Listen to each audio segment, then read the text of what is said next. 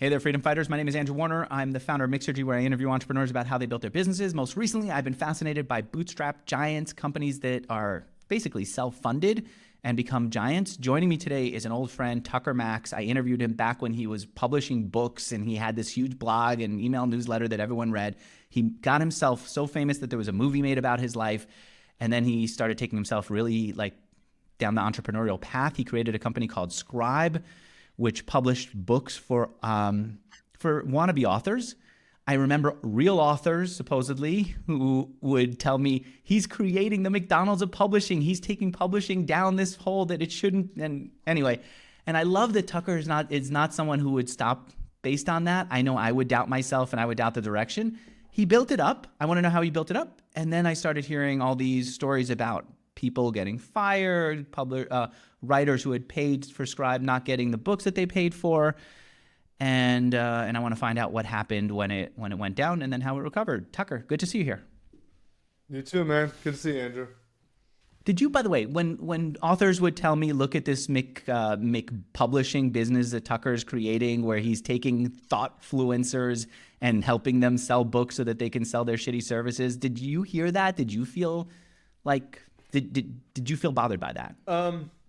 The type of people who said that were they all shut up after we published David Goggins' first book.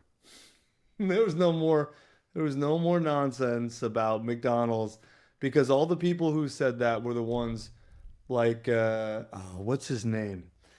Who wrote Chaos Monkeys, Antonio, whatever the fuck his name is. He was one of the ones. I bet he's one of the ones who said it to your face. And I'm not saying he is or he isn't. I'm not speaking for you, but I bet he is. And those types are always jealous of me and how well I did in writing, because I didn't come from their world and I smashed all of them in it. In terms of selling books. And then I started a company to help other people. And then I did David Goggins' book and they just shut up because there was nothing left for them to say other than the truth, which is I'm just envious of him. And I'm trying to criticize him as a way to make myself feel better. So, I do think the impressive thing about David Goggins is not just the numbers, but also that you took him from complete obscurity. He was the guy in Jeff Itzler's book who didn't talk about himself, who didn't want his name in the book, and then suddenly he became an inspiration to a lot of people. And I think that was the vision that you had. How do I take somebody who's not well known, make them well known, and take their ideas and put them down on paper in a way that they couldn't do on their own, right? Yep, pretty much, yeah. Yeah, but you weren't at all upset by that. I remember when people said Andrew's just an interviewer, just a podcaster. In the early days, people who saw my previous business said, "This is what you're doing now," and I did feel a little embarrassed. It definitely affected me. It didn't affect you? My man, No. You don't become the type of person I am if you spend a lot of time worrying about what other people think, especially people you don't know or care about. You know, it's hard. How do you get past that? What's the thing that allows you to stop thinking about that? Because some of them were people who you cared about. Not really. No, you just didn't. How do you get to be the place, Tucker, where you don't care what other people feel? No, it's how do you not get that to the I don't place? care what anyone Take me else. higher level. How do you get to that? Hold on. Okay. So it's not that I don't care what anyone else feels. I care a lot what my wife thinks. I care a lot what my kids think. I care a lot what my close family thinks, my close friends. Those are very important people in my life, and what they think and feel matters a lot. But some dude or woman I don't know, they don't even have an opinion about. All right, so let me explain how. There's two ways to look at this. First off is just the objective reality.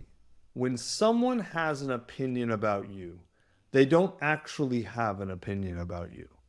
What they are doing is projecting their biases, neuroses, unhealed traumas, all the other shit. They're projecting it onto you and using you as a way to speak to themselves or feel something about themselves, or to signal to others who they are. No one cares. No one who doesn't know you has an opinion about you, they have an opinion about themselves, and you are a way for them to reflect that opinion about themselves to the world.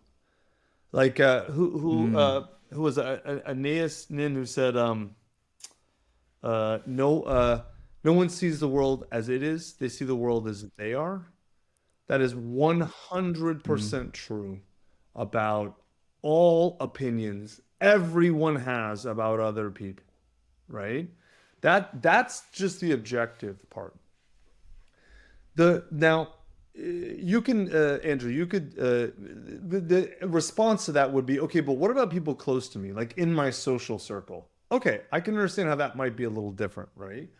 Um, uh, from at that, the thing I would say to that is the reason you are worried about what people you know think, right? Let's say in your extended social circle, Hmm. and the reason Hmm. that what they think impacts you, and the reason that if they doubt you, it causes you to potentially doubt yourself or stoke those issues, is because you haven't done the underlying emotional work to deal with your own issues, right?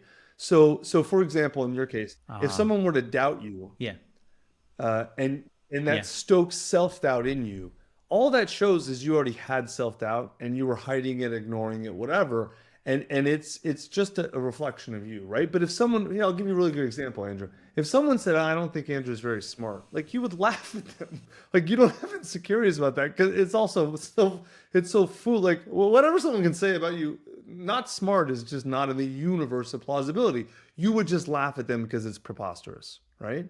And so like that I mean it's a way to do emotional work, is to think, what are the things I hear or the things people say that trigger me, and then realize that's all inside of you, right? And then walking down, and if you want to talk about walking down that path, that's a long conversation, right? But if you deal with one or both, I mean, I'm at the point now where I've fully dealt with one and I understood one, that other people's opinions are their projections. And I pretty much have dealt with, if not all, the vast majority of my inner stuff. So it's like it's so rare. Through psychoanalysis, I think, is what you were doing, Well, that I right? started with psychoanalysis, and I did that for 4 years. It was great. And then, but the problem with psychoanalysis is you're talking and thinking about your feelings, but you can't you can't think your way out of a feeling. So what I really had to do to get deep into work for me was psychedelic medicines, MDMA and psilocybin especially, and a few of the other medicines to help me access my feelings and feel my feelings. Now that combined, thinking and feeling combined is where it's at. Like if you just focus on feeling, it doesn't work. If you just focus on thinking, it doesn't work. You do both, and so you've got to focus on both. And I started focusing a lot on thinking, but that'll only take you so far. So You did this on your own or with a oh guide yeah, of some always with kind? guys. Like I had never. It's so funny. You have someone local here in I do. I Austin? do. I'm happy to refer you if you want. Some great people are in Austin. Hmm. Yeah. Oh yeah. Yeah. I never do it. I won't say I never do it on my own. At the beginning with new medicines, I always have very experienced guides until I feel like, okay, I know how to navigate this medicine. And then certain, not all of them, but certain medicines I will do at this point. Because I'm 6, 7 years down, 30, Okay. 40 sessions into medicine. So I mean, I know the space now. All right, let's get into a little bit of the business mechanics. I watched you build Scribe from the outside. Here's what I saw. Tell me what I'm missing. You went out to speak to Mhm. at founder events, and by speaking about writing, you showed the value of it, you heightened people's desire to have a book published, you helped them understand that they have topics, and then they would reach out to you personally and they go, holy shit, this is Tucker Max, the guy who's like New York Times bestselling author. I get to talk to him and he's going to guide me through this process. They would sign up that way. That was a big Yeah. one. Am I Yeah. right? Okay. And then the next thing that I saw was blogging about the We did process. tons and tons of organic. Yeah. Organic is still 50% of the leads there. Yeah. You I wrote all those personally pieces. led I the wrote all of them. content strategy. It was you writing the pieces, and then at the end, it was people. What's a piece that worked for you for bringing Oh in a man, new we have author? so many. Like in any space, if you can become the definitive sort of the one or two or maybe three ranked sort of content space for anything in that space. We were at the time. I mean, I Yeah. haven't looked recently, but when I was there, we were pretty much number one for almost any major, like, should I use a ghostwriter? Should I write a book? How do I write a book? Like all that stuff. Um, And that was you writing well, those we posts so we yourself? had a great team. Oh, Our CMO was one of those like sort of SEO nerds who like knows like SEO really well and all the strategies and hacks. And I don't know anything about that. So I would just say, I'm going to tell you what I want to write about, and then you can title it any way you want, and you can tell me the subheadings. I'm going to write the content, and so then I would write it, and then he maybe used ClearScope, which is like one of the SEO things, but like ClearScope would give edits, but they were like SEO things. So then I would edit it close enough where the SEO was happy, but we're still great writing, and it still was saying everything I wanted. And so he and I together probably the company did 70 plus million in top total sales when I was there before I left. And that was, over multiple years. yeah, that was over 7, 8 years. Um, and 21, I think we did 21 or 22 the year that I left.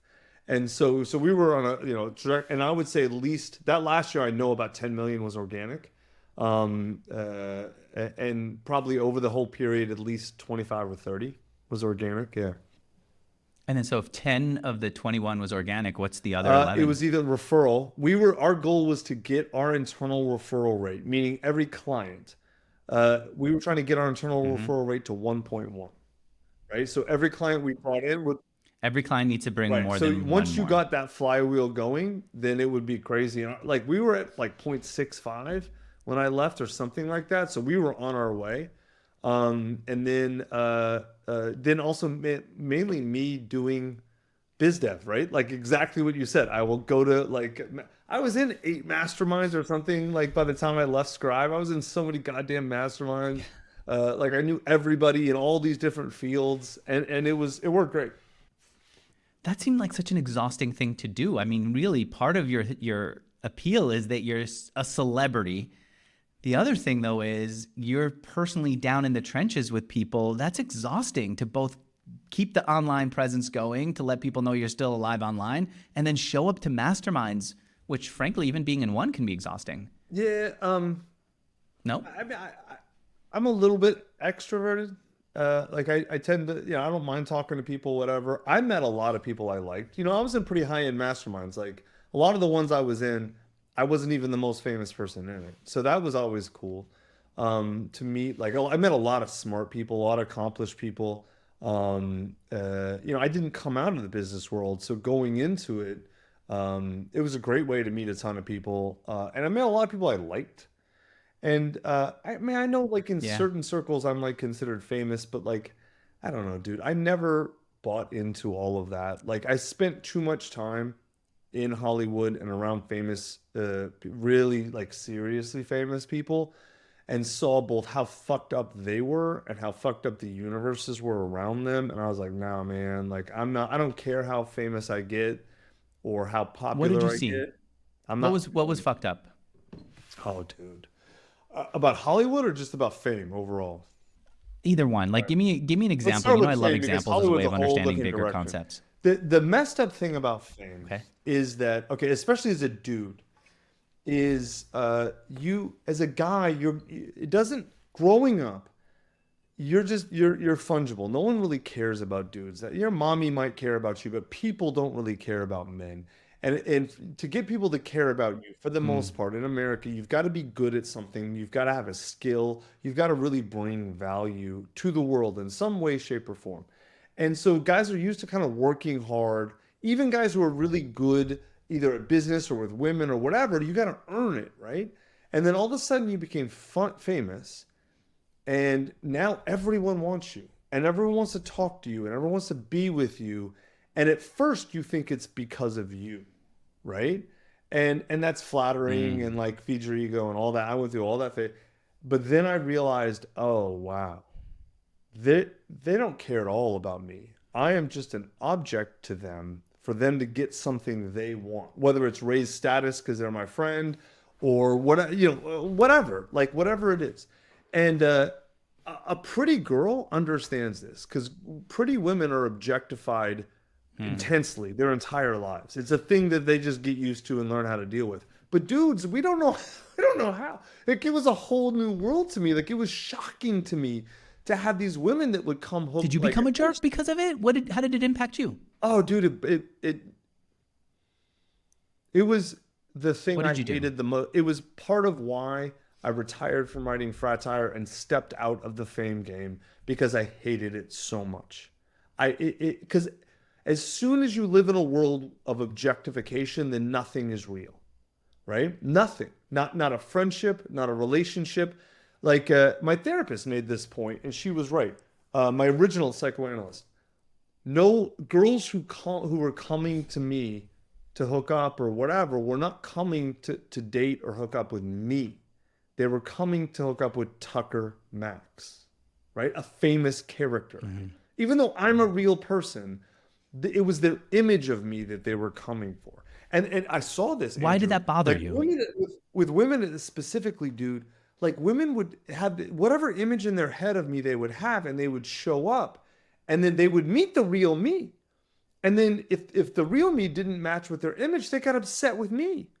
Like they were mad that I wasn't taller or that I wasn't meaner to them or I wasn't nicer to them or I didn't hit on them more or I wasn't more aggressive in bed or less aggressive in bed or whatever. Like whatever it was they had in their head, they had this long, intricate relationship with a character and not with me.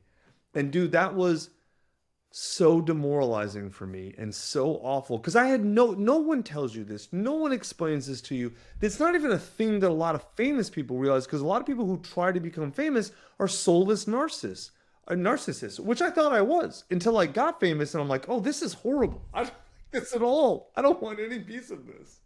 And so that's the thing no one talks about or even understands, you know?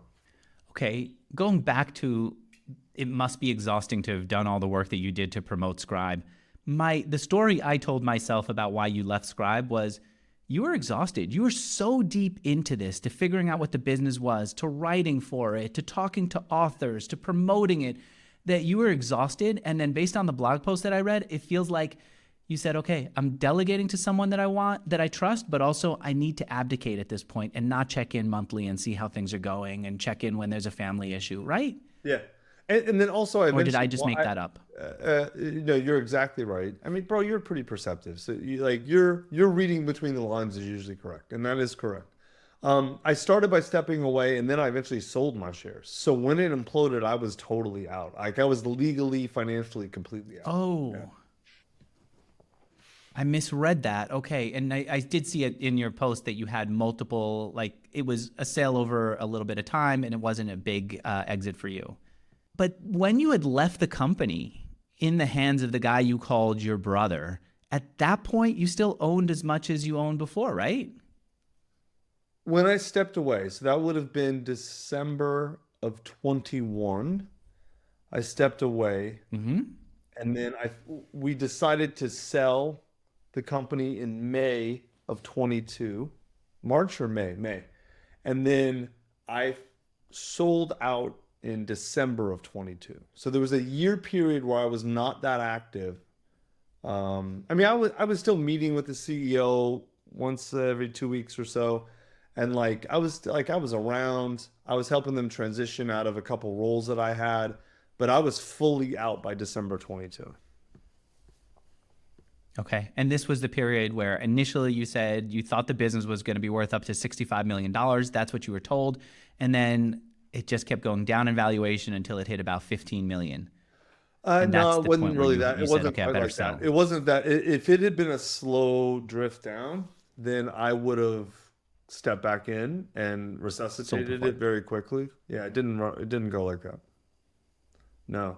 What happened? How did it go? Can you tell me that story?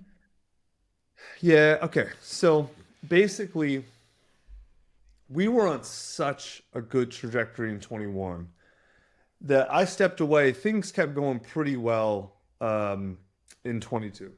I forget what the year ended with, but maybe 15 million. So it was a little bit down.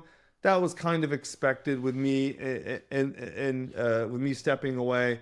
and they were doing some other things. So it was like not a big drop down.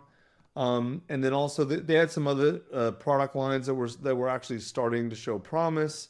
The problem was not really the company itself. The problem was the leadership. The CEO, Javon, the guy that I was super close with, when I left, he kind of, I don't want to say he lost his mind, but he went, I clearly, both Zach and I left at the same time as my co-founder, Zach Oberman. And when he and I exerted a lot of power over him that we didn't realize. And in a sense, we kept him on rails. And when he was on rails, he was an awesome CEO. But without us keeping him on rails, which we didn't really realize how much we were doing that, he went off the rails, dude. And he's looking back now. I didn't know any of this at the time, but he was horribly mismanaging stuff. He was actually forging financials. By the end, he was showing us stuff that wasn't true, like making stuff up. And in fact, there's a pending federal lawsuit against him right now. The guy that he got to buy out Zach and I, according to the lawsuit, and I'm pretty sure it's true, like he showed him forged financials as an inducement to investment, right? Wow. Which is like a serious federal crime. That's not dicking around with, it's not fudging numbers, man. That's straight line fraud. And so he went into that space, which obviously in no way, shape, or form did anything like that happen when Zach and I were there. Zach was a hawk with the books, and I was a hawk with sort of customer stuff. And like he stayed in line with us there, and that's who we thought he was. Turns out it's not who he was. How do you create rails to keep someone like that in line? Man, it wasn't process. Like if we thought we had to create process to keep him in line, I never would have hired him, right? Honestly, Andrew, looking back, man, the God honest answer is I think Javon was the president of a software company at the time and he was a client of ours, and that's how I got to know him, and I got to kind of experience him helping us, and the guy really knew his stuff. And he'd grown that software company from like 1 million to 20 million. So he'd already gone the path that we were trying to go. And he was good at it. Like he'd just done it. And he knew his stuff. And what I didn't realize at the time, I think Zach and I were in a lot of ways who he wanted to be, right? Not as a CEO, but more as a man, right? And I knew he kind of wanted to be famous a little bit. And that was a big part of why he was willing to take a pay cut and come work for us, was not just the upside, but because he knew I would be able to help him get a lot of the attention he wanted. And I did. And it was easy because he's good at being a CEO. He's a smart guy. He was a great speaker, right? Yeah. And so getting him attention was not hard. And he valued that highly. But I think he's one of those people, I don't know if you ever met these people who their level of integrity is not fixed. It is fluid based on what they can get away with. And I exert a lot of power over people and a lot of influence over people, even when I'm not trying to. Like, you know me, I don't walk into rooms and start barking orders at people. But I'm a very influential person. Someone like you who has a very solid core, it doesn't change you that much because you have a solid core. I don't think he had a super solid core. Javon did. He had a lot of solid outside, but not a solid core. And when he was around me, he adopted my sort of core. Right. And I exerted a lot of influence, way more than I realized. And I think he wanted to be a good guy and a high integrity guy. And he liked that Zach and I were that way. And so it's like, okay, like, let's be that way. But as soon as we left, water finds its level. Right. And so like there was no one else around who was being high integrity, no one checking him at his level. And so water found its level. And for him, that's very low integrity. Right. And it's interesting you say that. I like working with people who bring me to a different level because without having clear systems in place to be like them, I find myself speaking like them. I find myself taking on their personality. and being influenced by them. I'm very influenced by the people I'm around, and I could understand why he'd want to work like that and why he'd want to work Yeah, with you to dude, pick but I that know up. you. You also have a core, a rock solid core. I think your surface is very influenceable, but your core is not, man. I think you know who Yeah. you are at your core, and you are who you are. Like we've had discussions about things, and I'm like, I kind of like trying to Yeah. change your mind. You're like, nah, I'm on this, and I'm like, I didn't yeah, realize that.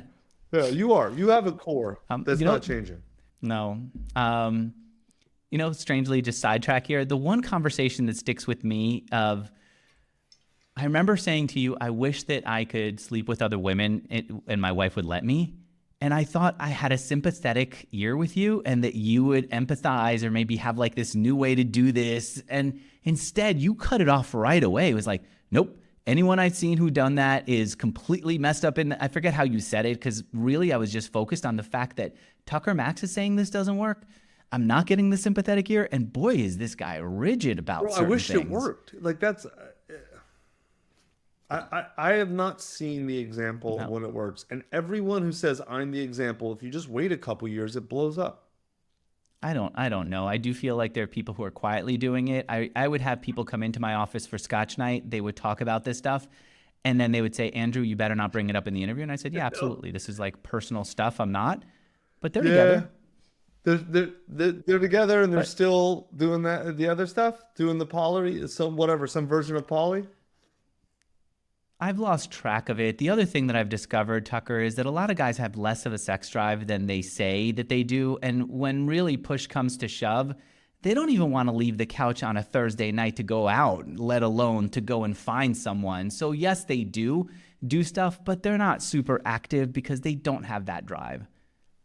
Yeah. I They just mean, like the I'm freedom and the 49. self-invention of their I'm own 49, experience. man, and I'm like thankfully my wife has a very high sex drive too, so it's not a problem, but I don't know, man. Like I stay very healthy though. Like I eat really well. I think a lot of the lower sex drive stuff is lifestyle choices, not age. But that's just me. All right. The thing imploded. I remember getting messages from people saying, hey, look what happened to Scribe. Can you go do an interview on this? And by then, I was just not interested in, like, I don't like the gawking thing. And I also was a little disconnected from stuff. I think I might have moved to Texas at the time and I was enjoying being outdoors and doing my own stuff. I wonder, though, you were quiet. What was it like to see this and to have people talk about you while you couldn't talk publicly, I imagine? Yeah, I was quiet because there were quite a few legal issues at the time. Like I wrote a big piece about this, about the history on my website on tuckermax.com. It's like you can go look on it, and it explains everything. But I didn't put all of the legal details in there because so much of it is just like you know how it happens in any company, and there's all this nonsense going on. But one of the Mm-hmm. big issues that I did write about was that Javon had taken out bank loans in my and Zach's name that we were personal guarantors on, and we did not know this. Mm. And so there were a lot of negotiations going on with the bank at that time that like I didn't want to talk publicly about Scribe because it's one thing to lose, millions of dollars that you're owed from an investment or whatever. It's another thing to do that and then owe the bank money, right? And I was not Yeah. about to tolerate that shit. Like that was not going to work. And I don't want to go into details on that, but basically, there were a lot of conversations that were legal conversations and legal issues going on at the time. That it was sort of like, it's like in the middle of a car wreck of the recovery of the scene. You don't tell the story of the car wreck. Like get everyone stable, get the people who need to go to the hospital, Yeah. clear off the debris. When everything's settled down, then you can talk about the car wreck. Like the car wreck was going on. And number one. And number two, bro, I didn't own any piece of the company. I was not there for 6 months before it blew down. And so, like, I didn't have first person info. I don't like to, Mm-hmm. talk about a bunch of stuff that I don't have direct info about. That's just not my style. And bro, a lot of stuff I was in the dark on. Like, stuff was going down, and the people were like, what's happening? I'm like, I don't know. Like, I don't know. I have no idea. how do you get out of a personal guarantee? You know, one of the things that my dad warned me about, like, son, you'll be a man. Here's what you need to know. One of them, I'll never forget. He said, don't sign personal guarantees. And if you sign a contract, make sure that your title at the company is on so that you're signing as the person in the company, not for the company, not for yourself. And boy, do I take that seriously. But once you get personal guarantee, how do you get it removed? Well, so just speaking generally, when there is fraud in the inducement of the guarantee, then it's not a personal guarantee, is it? Mm. And so you, if one, because we're not talking about you specifically for some reason, but if one has a personal guarantee that was given based on fraud, that person can undo that or can get out of it. Got it. Yeah, generally speaking, yes. Okay. And did you get out of yours? I haven't paid a cent to the bank, Okay. Wow. They're still and on I you? don't plan to. I don't plan to. No, I Are don't they have still no on you? Is it going lawsuits. to hurt your credit? Right, bro. My credit's I think 800. I have no pending lawsuits against me. I have no legal action against me right now, and none coming that I know about. Truly, Zach and I worked out a deal with the bank that ensured we were not going to be held liable for personal guarantees that we were the bank did not lie to us, but Javon did. To make it clear, to my Okay. knowledge, the bank did not commit fraud, but Javon for sure did. Okay. And so we worked out a deal with the bank where they got their money, or they're going to get enough of their money or whatever, and we're not on the hook for it. Yeah. You're saying Javon committed fraud. You wrote this down on your site. Are you concerned that he's going to sue you, that you're going to be caught up in lawsuits with him forever? My man, all he could sue for, well, in America, truth is an absolute defense to libel. He committed Yeah. fraud. Like there's So you're saying, there's look, pending federal lawsuits against him for this, and the evidence saw. is very, very clear. I don't think he wants to go to discovery in a lawsuit like that. So if he sues me, it'll be All right. he's not that type. He knows he did wrong. He does, right? So like, why would he sue me? He's not. There's a type who, like Lance Armstrong, who went and sued a bunch of people who were telling the truth about him. That's a whole different type of person. Javon's not actually that type of person. He's a different type of narcissist. All right. I'm curious a little bit about your experience in Texas, and then we'll close up with what you're doing now, what this new company is that you've launched where you're helping people write their memoirs at tellyourstory.academy. But I remember moving in here, people said basically where I moved is similar to where you are. I don't want to get too deep into where we are, but I thought, oh, interesting. He's got a little bit of land like me. He's doing a little bit of outdoor work like me. He's got some chickens like me. And then I looked, it's not a little bit of land. It's dozens of acres. It's not just a few chickens like I do for fun. I went and checked them out this morning and got some eggs, and it's like an outdoor experience. You got like this army of chickens that you're moving around your property to also cultivate the ground, or I forget what it's called, to like break it up. What are you doing? So we have 50 acres. We're out in Dripping Springs. Like I've been public about this. I don't care. I'll tell you too. Yeah, dude, bro, if you want to come out and see, you're welcome to. Like I know we're friends. I'm happy to have you anytime. You got my number. Just text me. But yeah, we have right now we have about 125 meat chickens in chicken tractors, right? And we're homesteading basically using like regenerative agriculture and permaculture principles, which are like, if you don't know what this is in the next 5-10 years, you will learn for sure. Like I'm everything I'm always becomes huge, not necessarily because of me, but I just get on big things early, right? And this probably will end up being the biggest thing of all the things I've gotten on early, like the internet, right? All those things. But yeah, we have a flock of sheep. I have 48 sheep. We have 2 livestock guard dogs that watch them all the time, because if we don't, the coyotes will decimate the flock. We have a whole separate set of laying hens. We've got like 35, 40 laying hens, bees, all kinds of hives. Yeah, dude, like we're running like a homestead. Gardens, we got 1, 2, 3 orchards, and I'm putting in literally tomorrow a 30 tree pecan orchard. Yeah, like it's serious. So I would like to have more. I want all of this more, but I can't do it all. And every time I price out what would it cost to have people come on and do it, it doesn't make sense. Is it profitable to do this? Or Now, you're see, not doing it by you're yourself, you and your thinking, kids. hold on. I don't run a homestead as a business, right? That's where people fuck this up. I just don't want to lose money on it. I'm not looking for it to be I mean, profitable. I don't want to well, lose money. no. Andrew, you are looking Tell at me how this you're thinking about it. totally wrong. Okay? Let me explain. So you can run a homestead as a business and you can sell stuff, chickens and eggs, and you have to do that a little bit more scale than we have. Not more space, but more scale. And that's fine. I'm not doing that at all. I don't sell any of my stuff, except maybe a friend will buy a lamb every now and then, or I give stuff to my friends, but I don't sell any of it. I'm not buying. I'm not. I look at this as an investment in my health and my future and my sovereignty and my family's health and future and sovereignty. That's what it's an investment in, right? So think about it this way. Bro, if you go into Whole Foods, and I know you probably shop at Whole Foods. I used to shop a lot at Whole Foods. I hardly shop there anymore because there's almost nothing you can buy there that's actually healthy, right? And when healthy, I mean like, okay, if it says organic, I believe that it's organic, right? But you can game organic. You can have still all kinds of additives in the meat.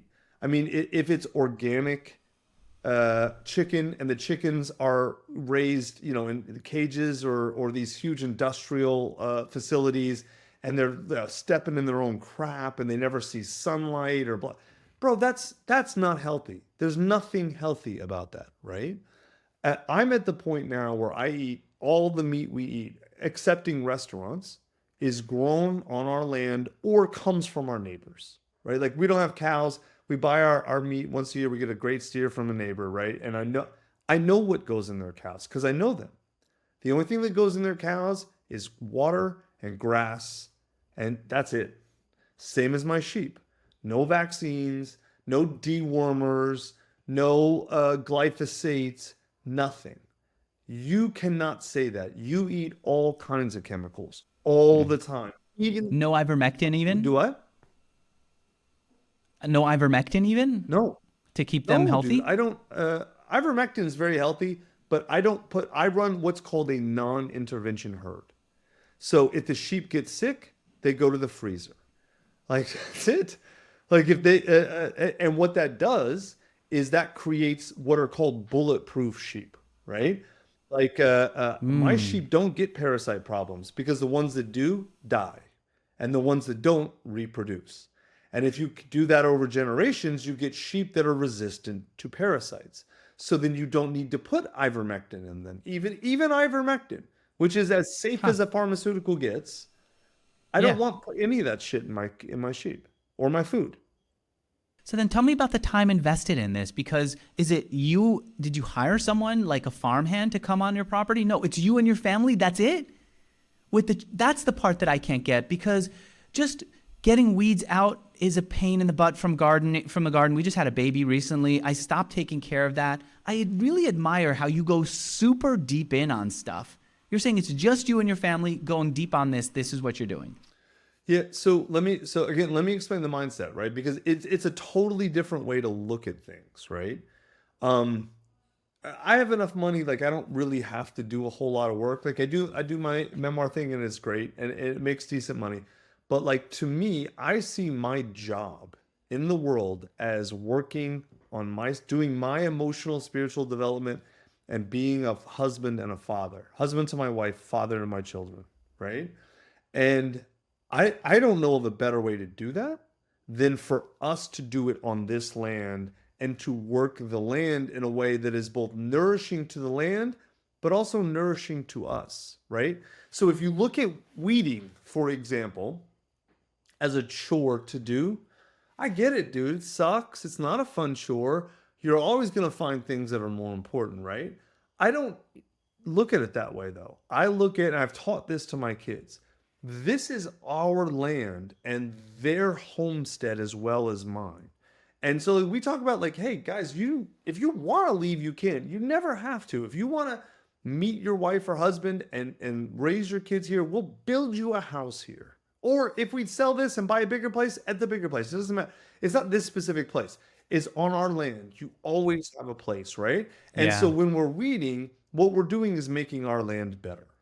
And we're making our lives better, right? And then also, now on top of that, bro, once you dive into this space, you start to really learn it. Not the bullshit that's in Home Depot and not Home and Gardens nonsense. But when you really start to understand land and understand animals and understand growing things, the whole point of permaculture is to work with systems the way they're supposed to work. So you set up a system so that there are no weeds because everything growing there is something you want and know how to use, and that it all nourishes itself and there's no space for quote unquote weeds to get in. Right? And so it's hard. It's a lot of work. You have to completely reorientate yourself to nature. Like when we got here, this place was beautiful, but it was dead. The soil was dead. There was like 0.5% organic matter in it because everything the guy did was herbicides, pesticides, fertilizer. We cut all of that, stopped everything. Hay everywhere, wood chips everywhere, let everything kind of start growing. And now we're in the process of making something that is incredibly abundant for us in terms of resources, but also like a system that regenerates itself. It's why it's called regenerative agriculture, right? I do admire how you go deep on stuff that you do. Like you weren't just you weren't just giving your name to Scribe. You were doing it deeply. The same thing. Bro, how do you get to that level? Me, what other way is there to live? I don't even know. I might be the wrong person to ask this question. I'll tell you why, because I don't know another way to be. Right? The only currency I have to spend is time. So if I'm not going to spend my time doing things that I love, that benefit me and the people I love, what the hell am I doing? Like there's no reason for me to be doing it. And so if we're going to live on this land and create a land that regenerates us and nurtures us, bro, I need to know what to do, man. I've got to go read the books and I've got to learn from the masters and I've got to figure things out. It's why I didn't hire anybody. I hire if I need a plumber, I hire a plumber, right? But like I try and do as much as I can myself so I understand the land, I understand the trees. Like I'm putting in this pecan, bro. I just dug 30 fucking holes yesterday with a backhoe, man. Yeah. And but I do that because I want to understand what's the right way to dig a hole for a tree, because there is a right way. And then what soil you're putting in, how are you putting in, how are you digging the hole, how are you prepping the hole, what are you putting in with the tree? This stuff matters because if I plant these trees right, my children and my grandchildren and my great-grandchildren will sit under them and harvest these pecans for 100 years. So why would I not do it right? Why would I not learn? I love that. This is like the most inspiring thing that I've ever heard from you. That's like touching the thing that I want to do. If I'm doing it, bro, you are welcome to come out, really, bring your family and see it. I will. I will. I'll come over. Anytime.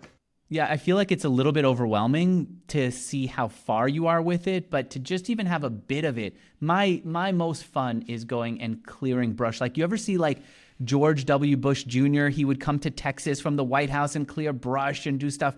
And it felt like such a silly way to spend time, but man, it makes my passion for running seem silly. Yes, I'm moving forward a little bit. It's definitely fun and exercise, but you look back and you haven't made anything versus like even clearing brush or weeding or creating a path. You look back and you say, now there's this thing here. Now there's this thing that I just created. All right. I wish you would all I want to do is be in this world and just hear this. All right. Finally, tell me about this memoir writing. So the one thing that you're taking time away from, you're not making investments anymore. The one thing you're taking time away from the land and this passion is Tell Your Story Academy. Well, so I started writing my memoir, my next memoir. And I got to some stumbling blocks and it got difficult. And one of the tricks for if you're not making progress on your book is create an accountability group, right? And so instead of creating a random group, I'm like, well, people are still always coming to me for help with books. And the thing I know best, I know a lot about books, but the niche within books that I am one of the best, if not the very uncontested best, is memoir. And so I partnered up with the woman who helped me build the book coaching program at Scribe when I was there. And we decided to just focus on memoir and just coach her. And that's it. And it's awesome because it's like we peeled off the part of Scribe that was the most energizing for me and the thing I like to do the most. And now we only do that. And you know how it always works, Andrew. I'm doing less work and making more money. If you actually look at take-home pay, I'm actually making more money. It's like one of those things. I sat down this year like with my wife, and I'm like, I could have done this 10 years ago and avoided all that suffering. And she's like, no, you needed that to get to who you are and whatever. I'm like, I know you're right, but like, I could have done this 10 years ago. Oh man. But yeah, dude, we coach memoir, and we're awesome at it, and it's really fun. We have an amazing group. I mean, we do Zoom calls. I look forward to the group coaching Zoom calls. Like, when was the last time you looked forward? Why are people writing their memoirs? Right now. Why are they in the group? What are they trying to do? They're all okay. So the big distinction that we've done is that we've broken memoir out into two different goals, right? I think everyone who writes memoir has one of two goals. They either want to tell their story, which means to tell the truth about their story, or they want to leave a legacy, which means they want people to look at them a certain way, right? And you cannot, you can make one of them your primary goal. You're going to give a little bit of both either way, right? But you can't have two primary goals. You can either correct the record or leave a legacy. You're going to tell the truth, or you're going to decide, you're going to try and frame how people see you.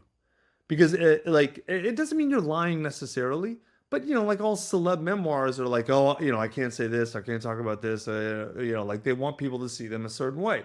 Even ones that are very truthful, at certain points they make decisions to hide the truth, to not be the truth, to look a certain way, to avoid something. Okay, fine. It's not a judgment thing. And so the thing we've done is say we only want to work with the people who want to tell their story. It's why we call it Tell Your Story Memoir Academy. If you want to tell the truth to yourself about your life, we're the people you work with. If you want to do legacy, that's great. Go work with Scribe or any number of other memoir people, and they're really good at that. Don't work with us. Like, we're the truth people. And so we get people. This group is, bro, all across the spectrum: age, race, socioeconomic status, everything. But everyone shares one core value: truth. And that's my number one core value. It's the thing I care the most about. And so it's so awesome. And everyone's, they're going their own path. It's not about you have to tell all your truth all the time. You have to push everything. No. Some people write 4 or 5 memoirs, and each one's progressively deeper and deeper and more truth. That's okay. It's just as much truth as you can tell and you can connect with at that moment. You can only do the best you can, And it's so inspiring. It's awesome, man. It's like I get excited every day to help these people because they're on the same path I am, which is I want to tell my true story. I get that. It is one of the things that I love. Like the other night we were at a fire with someone, just last night, and you suddenly get people going into a truth and a recognition of who they are that they didn't have before, and it feels so deep and so almost painfully deep, like you're in their underwear, but it feels like you know them better. And then the host of the event just cut it off and moved to something a little bit more surfacey. And I was so disappointed. I didn't want to be the guy who's like, wait a minute, I got tools for going deeper. Let's go deeper. But there's something about seeing someone go to that truth of vulnerability and personal and almost wincing that makes you see yourself. All right, Tucker, dude, thank you. I'm going to take you up on it. I'm going to come and see the property. I might actually bring my kids. I want my kids to see what this is like too. And I'll follow up with you by text. Cool, man. Thanks, brother. Well, bro, we can listen. I get that it's overwhelming. Let me tell you something though, and this is for audience too. I didn't just show up here and have all this stuff, right? I showed up and I got to this point by one step at a time. You already have chickens, bro. You're down the path, and it's totally okay to just go one step at a time. You get there. You can let go of the pressure. Sorry about that. I also have goats. So I've got goats, for example, right? Goat milk is fantastic. It's delicious. People love goat milk. I'd love to milk the goats. But now I have a job every day that I would have to do. It means if I go to Europe for 2 weeks or a month, I got to hire someone to come and milk my goats. That's the part that I can't get past. You're saying, yeah. Well, All you right, don't that's a have level to. of commitment. But you also don't have to get past that. Don't milk goats if you don't want to. That's okay. I feel like everything ends up with, and you go to Europe and you have to bring somebody in who can manage all this, and that's going to be a lot of work. Every level seems to take me to Yeah. that. All right, I'll follow up with you offline. Cool, man. Thanks, brother. Thanks, brother. Bye.